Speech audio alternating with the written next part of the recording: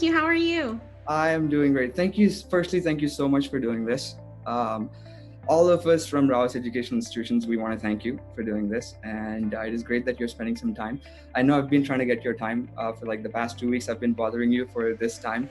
And all the students that are here right now, they're all from degree, which is pretty much like undergraduation for us, what we did back there. So they're from first year, second year, third year students, and majority of them are third year students right now. And they're going to be graduating this semester, pretty much. So this whole COVID-19 situation that's going on right now, we know it's like, it's kind of like a bummer for everybody, all the students who are graduating. At the same time, you being an essential worker in the US right now, working in Target Corporation, I just want to take some time and introduce you. Firstly, we'll go over your resume, which is a pretty profound resume. I'll go over and introduce you, and then you can say hi to our students here, and then go on we can jump up into the questions after that. Does that sound good? Yeah, thank you so much for having me. Don't mind me if I keep adding some of the students here. Celeste, she's been working, so to introduce, hey, say hello to Celeste. All of you just wave your hands, and we don't want to unmute ourselves, but thank you for being here, firstly. And then Celeste has done her undergraduation from Iowa State University in Mass. She did not one degree, but she graduated with 3 majors, which is Spanish, supply chain management, and marketing. And then she went on to continue to do her MBA in Loyola University, Chicago. In May 18, you graduated from there. And then you're pursuing your supply chain, Master of Science in Supply Chain right now. And then you'll be graduating in August, I guess, right? Yeah, yes. Great. Are you excited? I'm so excited. Sweet. Well, I don't know how you do it. Just working, doing all these majors and working again, and then going back to university. Do you take like night classes or something? Or how do you do it? Yeah, so for Loyola, I did take night classes, so I would go there after my full-time job. And then for Michigan State now, it's mainly an online program with only 3 on-site sessions, which might now be 2 due to COVID. But yeah, it's definitely, working around your schedule, and, if you have a goal, just, keep pushing until you get there. Great. All right. So then you started working in Target Corporation, which I remember while you were doing your undergraduate, you interned there, and then you started working as an apparel manager, and then you went on to be a remodel product manager, and then you worked as a new store opening executive, and currently you're working as a human resource manager. So you pretty much taken over Target. So you've been working in Target for about 6 years, and you pretty much know the nooks and cruxes of the Target Corporation right now, and working in different. Did you start off in Chicago, or where did you start off in? Yeah, so while we were at Iowa State, I had 2 internships. So I started out as an intern in Iowa, and then after graduation, I transferred to Chicago since my family is here. Right. And I've been working here, ever since. So this whole COVID-19 situation has put a brakes on not only here, but all over the world. As you know, pretty much the classes here have been stopped, and the production, manufacturing, everything. And then we were deciding, like, what is one good way to make sure that the students will get an exposure, not only from the Indian side, because we read a lot in the news here, but we believe the same problems are being faced all over the world, which is pretty much across the world, which is the US. And since you are working as an essential worker right now in this situation, so you go to work every single day. Here, there's pretty much lockdown until they've extended. They had 3 lockdowns so far, and there's 1 more. But you have been going into work, and the cases up there are rising every single day in the US. We can see that in the news. So we'll jump into the questions. We'll see how you are dealing with that. And as a HR manager and as a manager for the Target retail store right now, how are you dealing with that stress right now? How do you feel like going out there and with all this, there's so much exposure to this virus and everything, right? So how are you handling that? Yeah, I think a lot of it is taking it day by day. And obviously, with all of this, we've had to be very reactive. Which is definitely not what businesses, strive to do. We try to, plan, and we know what each quarter is more or less going to look like. But for me, definitely, and I think for the team, and something that I encourage them to do is just hey, be grateful for, the things that you have that are positive in your life. Like, hey, we have a job. Many have unfortunately lost them. And, your family and friends are, healthy. Just focus on the positives and less on the negatives. Right. Great. So you take that positive attitude with you while you go into work every single day. I hope everybody's Yeah. hopefully everything turns out good, and then hopefully this all goes down and everything will be back to normal soon. But our next, pretty much the next question was, so you are the store manager, pretty much. You worked as a store manager, right, in Target for a while now, or currently, what is the position that you're working in? Yeah, so I'm a human resources manager. So there are like 5 executives, me being one of them. We all run a different department within the store. And there are times, yes, that like I will be, the one that's solely in charge of the store, especially like during weekends, which are our peaks. But yeah. And then this whole supply chain thing. So your Target store pretty much deals with everyday customers coming in trying to buy their essential goods, and with the manufacturing and with the transportation down, with pretty much all the sectors that involves into production and everything, a lot of them are down right now. So how is the supply chain part of the business is being affected right now, and how are you guys coping up with that? Yeah, I think especially like in the initial month or, few weeks, Okay. it was definitely very challenging. Everyone was in a panic. They Right. all wanted to get, the essential goods that they thought that they needed because they didn't know what to expect. So that was a lot of toilet paper, which is, I'm sure will be funny in the future. Um, chemicals, like cleaning supplies, a lot of food. Right. So that was definitely obviously tough as the guests basically left our shelves empty. But definitely rolling out a lot of new procedures to address COVID-19. Target has obviously, like throughout the time, come up with a lot of different procedures to help with that. But our store team was proactive and rolled some of these out even before the company did. For example, when guests, come in looking like they're basically out, it's kind of like Black Friday. There are lines and they're waiting to get these really in high demand items. So, we set it up kind of like Black Friday and treated it as such.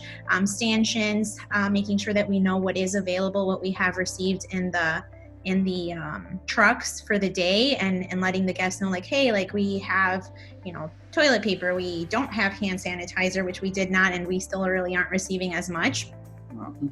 That way the guest knows what they're coming in for, or maybe they want to leave the line, letting them know like, hey, make sure that you are entering in an orderly fashion, and being respectful of one another, as well as placing different store leaders and team members throughout the store to help manage the traffic, so that in case any guests have an argument, or are leaning towards that way, we can de-escalate the situation and just keep things as normal as possible. But yeah, just a lot of making sure that we are providing a safe working environment for the team as well as our guests. Great. That should be very stressful. I mean, I've seen in your resume that you mentioned it's a $57 million retail store, and you working as a manager for that must have been really stressful during this time, especially when the news broke out and with the whole Black Friday kind of situation. Just for the reference that our students know here. Yeah, I think a lot of it was definitely, obviously, we as managers are still dealing with the stress, as you mentioned, but knowing that we are leading our store team, we're trying to provide, like I said, a safe working environment for our guests, for our team. We want to make sure that we kind of, when we're at work and at the store, we aren't portraying our fears, and we're mostly portraying like the joy and the positivity and looking at the bright side of things. Because imagine if you go to work and you have your boss and they're, really frightened and they don't want to go to work, and, they put up all of these barriers, and the team isn't going to feel good about it either. So it's a lot of, making sure that you make this teams feel safe, even if you don't yourself necessarily feel in that way.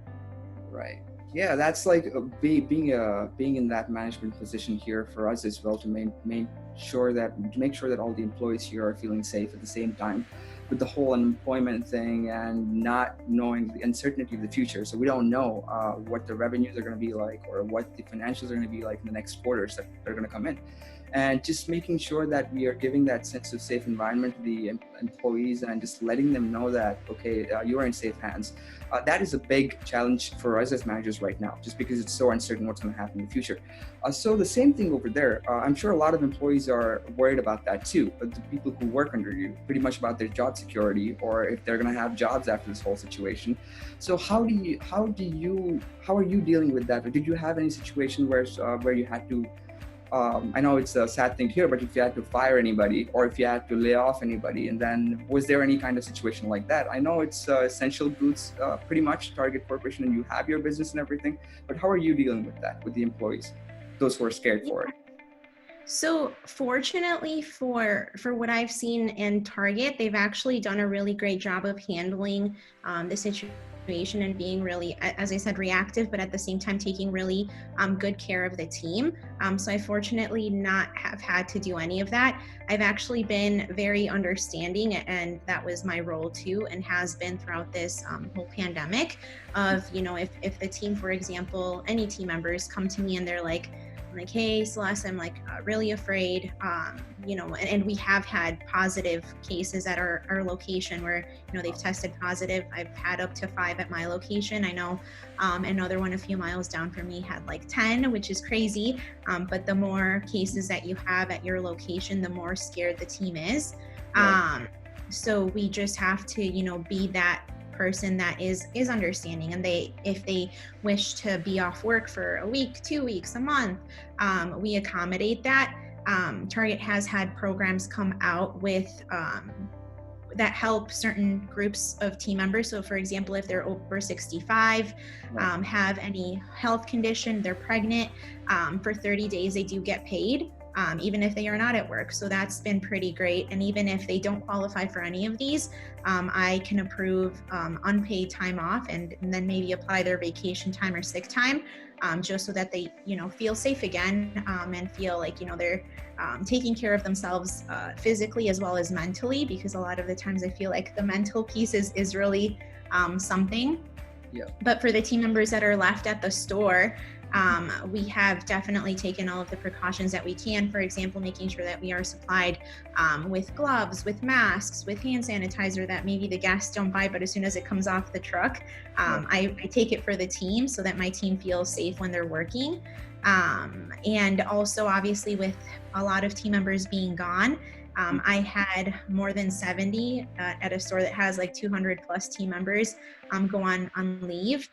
That leaves me with a depleted workforce, which also obviously applies more burden to the existing team members that I still do have. So being proactive with the hiring, and doing that pretty quickly. So, as I was losing team members, hiring and bringing those team members on so that, the team as a whole feels better, at least with the workload. That is great. That is great. You're doing it really well. Great job there. That's pretty much our concern too. Like once this thing is over and passed by, just the recruiting part of it, and just trying to find the right people to find and replace. Especially when there's a situation when everything's going to get back to normal, and then you don't have the workforce that you need.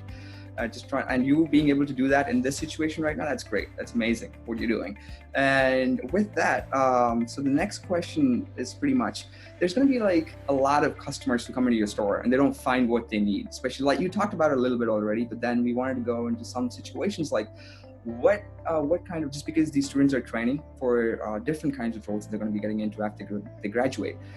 So being patient is one of the things for sure, especially when you're working in a retail store, when you're working something with a lot of customers. So how do you train yourself to that? Like if I were in your position, firstly, coming to work is a big thing, and then putting yourself at risk is another thing. And then also being able to answer to those rude customers, that's going to be a big thing as well. So with the customer satisfaction part, how do you deal with that? How do you train your staff with that? Are there any tricks or something that you guys go through, or some sort of management stuff? So what do you do with that? I think honestly, overall, it's what you've mentioned, a lot of patience and remaining calm, like knowing that we ourselves are stressed and so are our guests.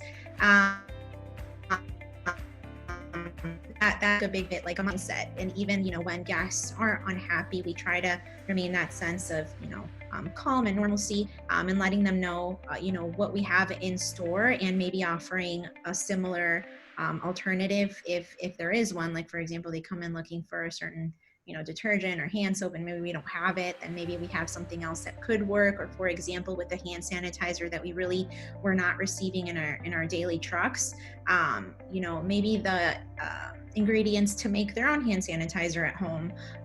But obviously, being as empathetic as we could with them, and being like, hey, like, I'm so sorry, but we do have trucks that come in daily. And if you come in the morning, early morning, and you want to line up outside the store, that's probably the best chance that you have at getting, these high demand items. Great. But so after this, so the whole COVID-19, the situation has put a lot of the unemployment rates are really high in the US as well as all around the world, in India as well. A lot of people are being laid off. A lot of people don't have jobs and they don't know what's going to happen after this. And a lot of students are graduating this year, especially the third years, the final year students who are graduating this year are having a lot of stress just because they don't know what's the job market going to be like, or what kind of job they should be looking for. So when they do go for interviews, you as a HR manager yourself, what do you think you'd be looking for in a candidate that could help our students here once probably be ready for the interviews after this? Yeah, I think, well, something that I look for when I am hiring is definitely attitude, like and positive attitude. So I think in my experience, I found that I can teach, the employee everything about the job. Like, I can train them to do a good job, but I cannot change the way that they are as a person.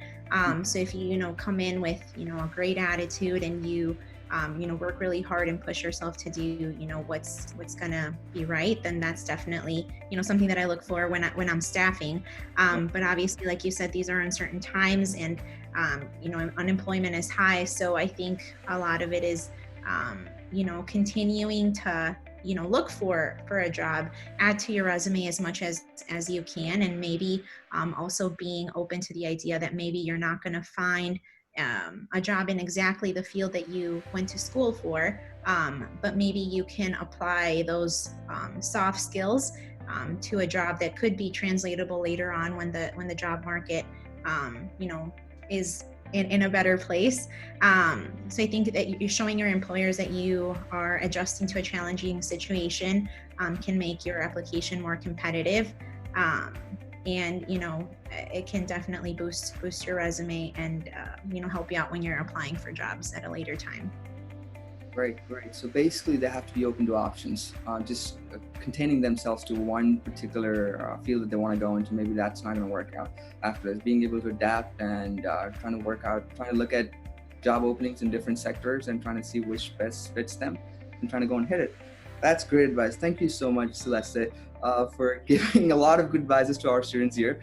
And then one question that we had is, we actually have a lot of student organizations here in our institutions here as well. So a lot of the students here are part of that. They are presidents, vice presidents at the same time. A lot of students are members of these student organizations as well. How did you, when I introduced that whole system here, it was new to this society here, and then it was a challenge for me to get students on board. But I just wanted for them to hear from you. Were you a part of any student organization while you were in the university? And how did that help you land a job or an internship while you were still taking classes and going with your course? Yeah, I honestly think sometimes, obviously education is very important, but if your employer or whoever you're going to after you graduate to look for a job, if all you have on your resume is just your education and I got good grades, a lot of people did that too. So a lot of the times what sets you apart is what you have done extracurricularly, like clubs and activities and other things. And for me, I really feel like that really helped me. I actually got the internship through the club that I was a president of. And now I have, this job. So it's definitely very important. So I was the president of the Multicultural Business Network at Iowa State. And part of my job was to, connect with different employers, companies, bring them in so that the students could, see what was out there for them and maybe careers that they would be interested in. And, they saw me and they, talked about Target and, a potential internship, and that was my way. But I was also a community advisor, which was, a job where I'm not sure if this is applicable to India, but you have these dorm rooms, and there are maybe like 60 kids on a floor, and you're in charge of the 60 college students. So that definitely, both of those have helped me, grow as a person, as a leader, find my voice, build my leadership skills. And a lot of these are transferable to, a full-time job. You always have to, be able to build relationships with people. And a lot of the times those are, the basis for a great business relationship. Right. Yeah, absolutely. Like you said. So once my next question was actually that, which was pretty much like, was there any job that you did while you were studying, you're taking your classes? How do you go about telling these students how to manage the schedule? Some of them feel overwhelmed here, especially in India. It's difficult because a lot of the students are not exposed to that kind of culture of going independently by themselves, working, and then at the same time taking classes, and then being involved in different sorts of organizations, student organizations, or taking positions as such, like how you said. But this is what's going to help them eventually to get a job. But that's the difficult part where the students here don't understand it. But how do you think you manage all that? What kind of advice would you give them so that they can fit all that into one schedule and go about it? Yeah. I think a lot of different things go into that, but knowing like what your end goal is and where you want to be, like it definitely all makes it worth it. So for example, if especially you doing a great job and lending them these resources and these foundations for them to be successful in the future, and they know that having extracurriculars is really going to help them, then they have to make the time to be able to get there. And it doesn't necessarily have to be a specific club or job, but whatever it is that they're interested in that aligns with what they want to do in the future. It's definitely important, being, intentional and planning out, their strategy and 4-year plan. Like I know freshman year, I decided I was going to major in 3, different fields, and looking at the different jobs or clubs that could align with that for me is definitely helpful. So planning your schedule out and being intentional with that. I think you guys can definitely all do it. You're all smart and definitely able and capable. So just making the time and, being intentional. All right, great. That's some great advice. Thank you so much. So that's pretty much all the questions that I have. Some of the questions that the students that have asked, they have about 5 or 6 questions that we can go about it. If you still have time, we have some of the students that wanted to ask you some questions. I think I pretty much covered the parts where you're working and how experience from the college has transformed you basically to get a job, and then currently how it's helping you out. Hello, Radhe, can you hear me? Good evening, sir, and good morning, ma'am. Thank you so much for doing this. Thank you. Thank you for having me. Yeah. So my question to you, ma'am, was that post-pandemic, that is after we are done with this debacle, ma'am, how do you think that this will shape businesses in the future? As in less contact now between employers, between stock taking. How will this, as in change the course of business in the future, ma'am? Near future, what do you think will happen? I'm sure it depends on the business, but I think this will shape all of us, and how we think and how we act and maybe how careful we are. But like, for example, Target, like I said, has taken a lot of different measures to accommodate for COVID-19 and make sure that it's safe as can be. But for example, right now, we have the check lanes at the front, right, where the guests purchase and they pay for theirs, and we don't have every lane open. We have every other, the social distancing aspect. I think for businesses that aren't necessarily in the brick and mortar sector, like a retail store, have now started to use a lot of Zoom, for example, or Google Hangout, like whatever the online media is that allows them to have these meetings and communicate from a home perspective and still get business done. I think a lot of those could still translate and stay. I think we've been able to conduct business this way for 2-3 months now. So I'm sure this will definitely continue. And I'm sure this will now maybe go into like the risk management piece of a business. Usually risk, they think, for supply chain, like what if, my product doesn't get here when I need it and how I need it. Now it's probably going to be COVID or any pandemic that could potentially ensue, and maybe not necessarily COVID, but it's something else that we're not foreseeing, and how, businesses can be proactive and have a fail-safe in case, it does happen. Yeah, just to follow up on that, I think that's a great answer, and just this is a great experience for us, actually. I think with the whole situation right now and trying to adapt to this, and anything that, like you said, anything that comes up in the future, I think that's going to help us out and be prepared for it. And pretty much the work in the first few weeks, it was a little bit difficult, but then we got a hang of it and then we adapted to it. I guess that's how it's going to be in the future as well. Pretty much with every sector, especially with services, I think there's going to be a lot of change that's coming up. So the next question we have one other student who wanted to ask you a question. So, hello, ma'am.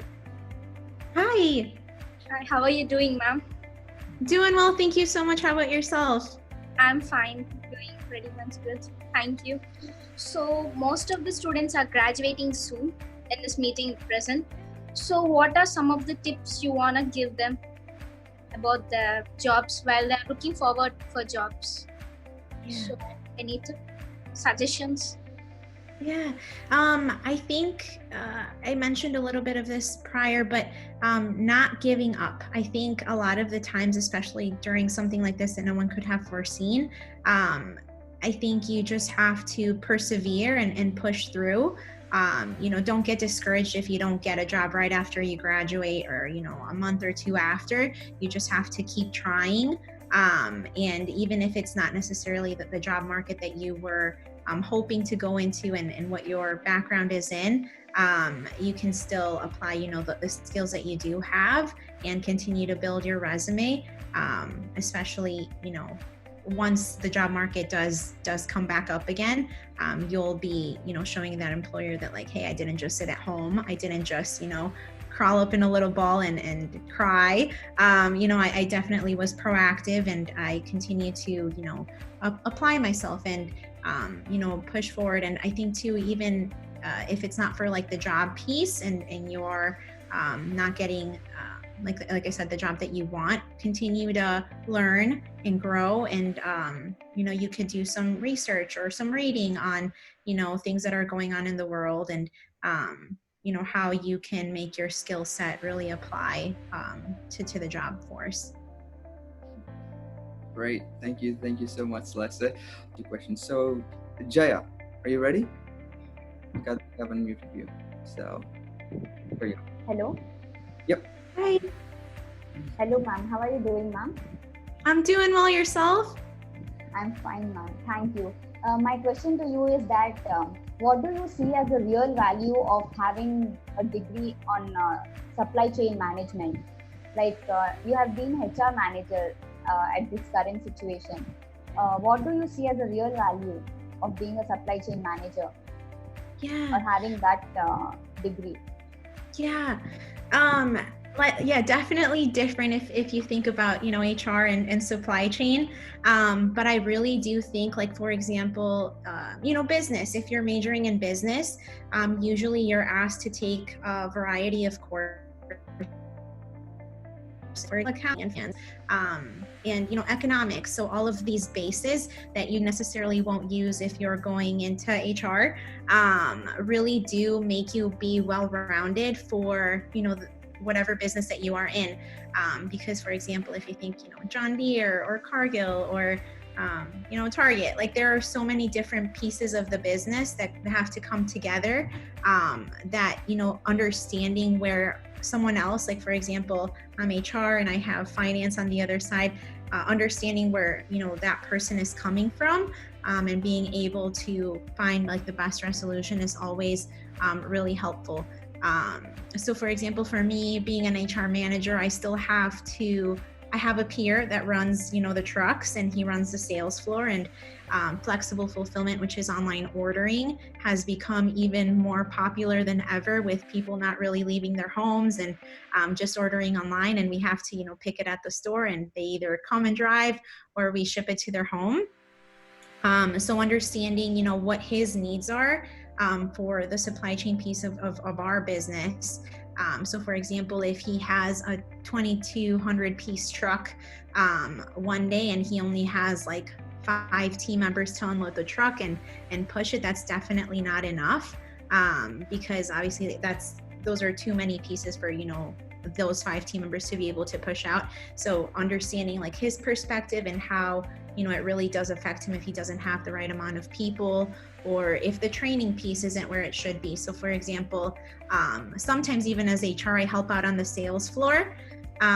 So like when I yesterday was picking orders around the store to help the team, I realized that with a remodel that we have going on, so, Target has been doing a lot of remodels in our store, happened to land during this pandemic, but our pathing is not as efficient as it should be. And I think, maybe if I didn't have that background, I wouldn't realize it as well.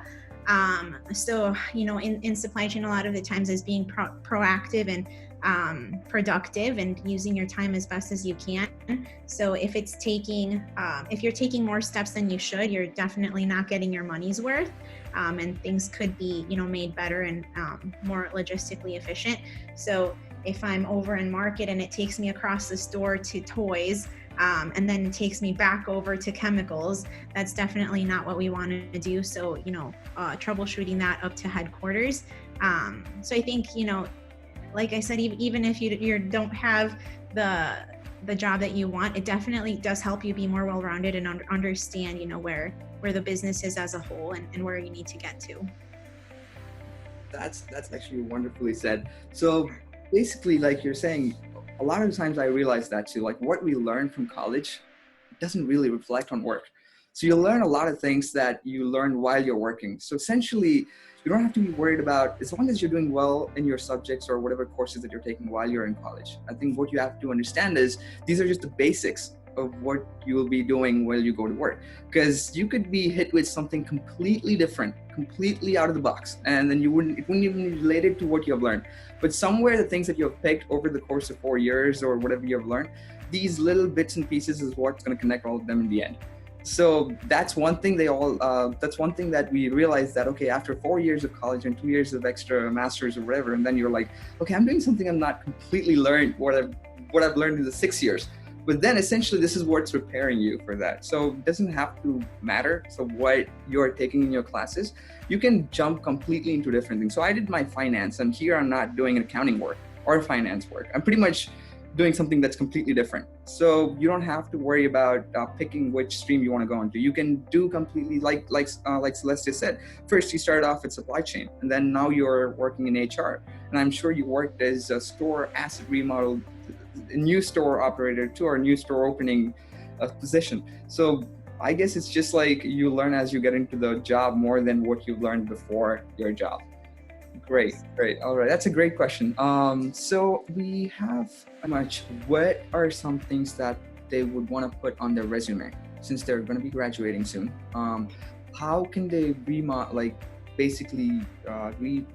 work on their resume and make it more effective, look effective? So as an HR, what do you look in a resume? When you look at the resume, and how do you see things? And in that perspective, maybe if they know, they'll start making their resumes like that too. Sure.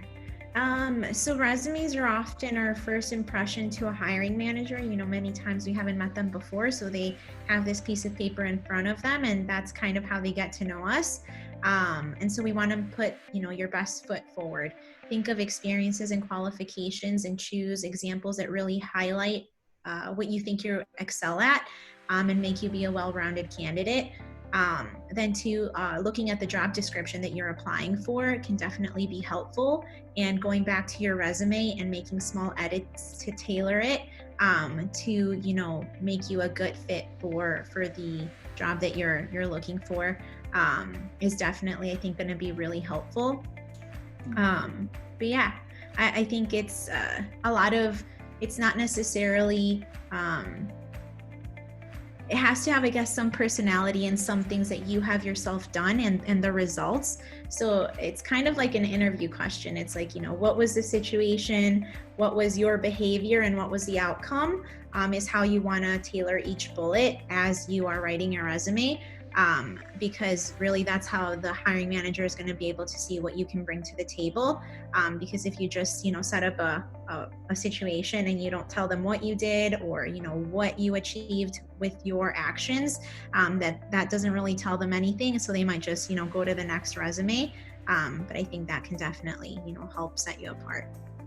I guess that's where this whole student organizations or working on campus, all these add up to. So all the stuff that you're doing during the college period that you're here, that's what's going to help you out. So those bullet points that you put in there is your experience working as a president or working as a community advisor like Celeste has done herself, or a building manager that I did. I started off as a small supervisor in a building. So that's a common thing that goes on there, and that's what pretty much shows the employers that, okay, this is what they've done. They have taken some responsibility and they have come out of a situation. They had some problems while they were in college, and how did they solve that?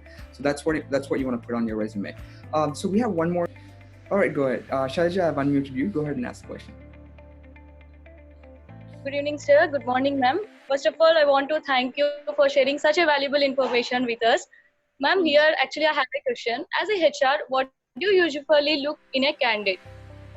Yeah, I think honestly, and it might not sound very important, but I think overall, and through my experience, I really think the person's attitude is really what I look for, because I have had candidates that look like they're going to be a great, maybe they're even overqualified.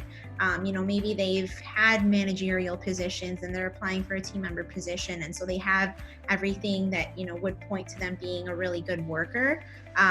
But sometimes, it's kind of like a first impression, and you can't really tell until you see the person in action. It doesn't really reflect. And, maybe this person is just, really, mean to other team members or guests, and they're not professional, so maybe they have the overall skill set to potentially do a good job, but if they're not willing to take feedback and listen to the things that we have to tell them to make themselves better and drive the business forward, that's not going to be very conducive to us growing, and it's definitely going to help put team members down, and not a good culture or working environment. So one that's positive and they're willing to work, and they look at things from the glass half full rather than half empty, and I found that I can really train them the way that they should be trained so that they can perform the job that they need to do. But I can't change your personality. I can't tell you how to act or how to be if you don't want to do that yourself. I hope that answered your question, Shailaja. I think that, okay, Radhe has another question. Sorry, Celeste. This is the final one. Okay, go ahead.